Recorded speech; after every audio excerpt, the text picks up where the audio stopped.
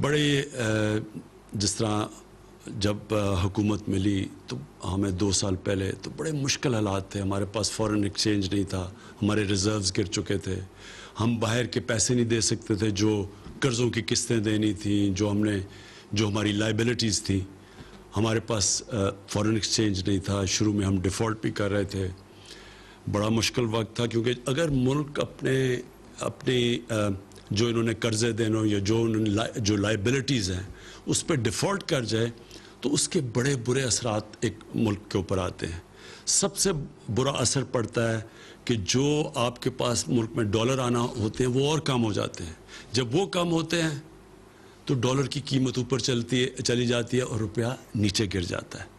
اور جب روپیہ نیچے گرتا ہے تو یاد رکھیں ساری چیزیں جو باہر سے ہم امپورٹ کرتے ہیں, خریدتے ہیں, وہ مہنگی ہو جاتی ہیں اور ملک میں مہنگائی آ جاتی ہے. تو بہت بری مہنگائی سے ہم بچے ہیں کیونکہ ہم ڈیفالٹ سے بچ گئے تھے.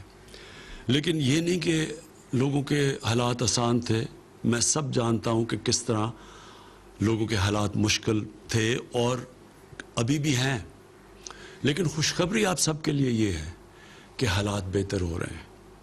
ہماری ہر چیز اگر آپ نے دیکھنا ہے کہ بزنس کمیونٹی کا کتنا اعتماد ہے ایک ملک کی معیشت پہ, تو سٹاک مارکیٹ دیکھیں.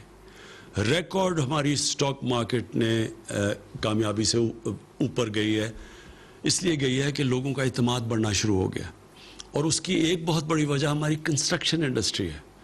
ہم نے اپنی کنسٹرکشن انڈسٹری کو وہ مراد دیے ہیں جو کہ کبھی پاکستان کی تاریخ میں کنسٹرکشن انڈسٹری کو پہلے نہیں ملے تھے. اور کنسٹرکشن انڈسٹری جب آپ کی اٹھنی شروع ہوتی ہے تو اس کے ساتھ 40 اور انڈسٹریز ہیں جو اٹھنی شروع ہو جاتی ہیں.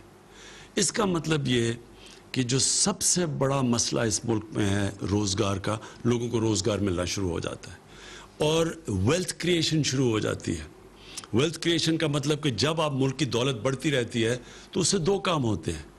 ایک کام یہ ہوتا ہے کہ ہم اس پیسے سے ہمارا ٹیکس بڑھنا شروع ہو جاتا ہے, اور جب ٹیکس بڑھتا ہے تو ہم وہ پیسے خرچ کر سکتے ہیں اپنے نچلی کمزور طبقے کو اوپر لانے کے لیے, اور دوسری طرح ہم پھر اپنے قرضے واپس کر سکتے ہیں.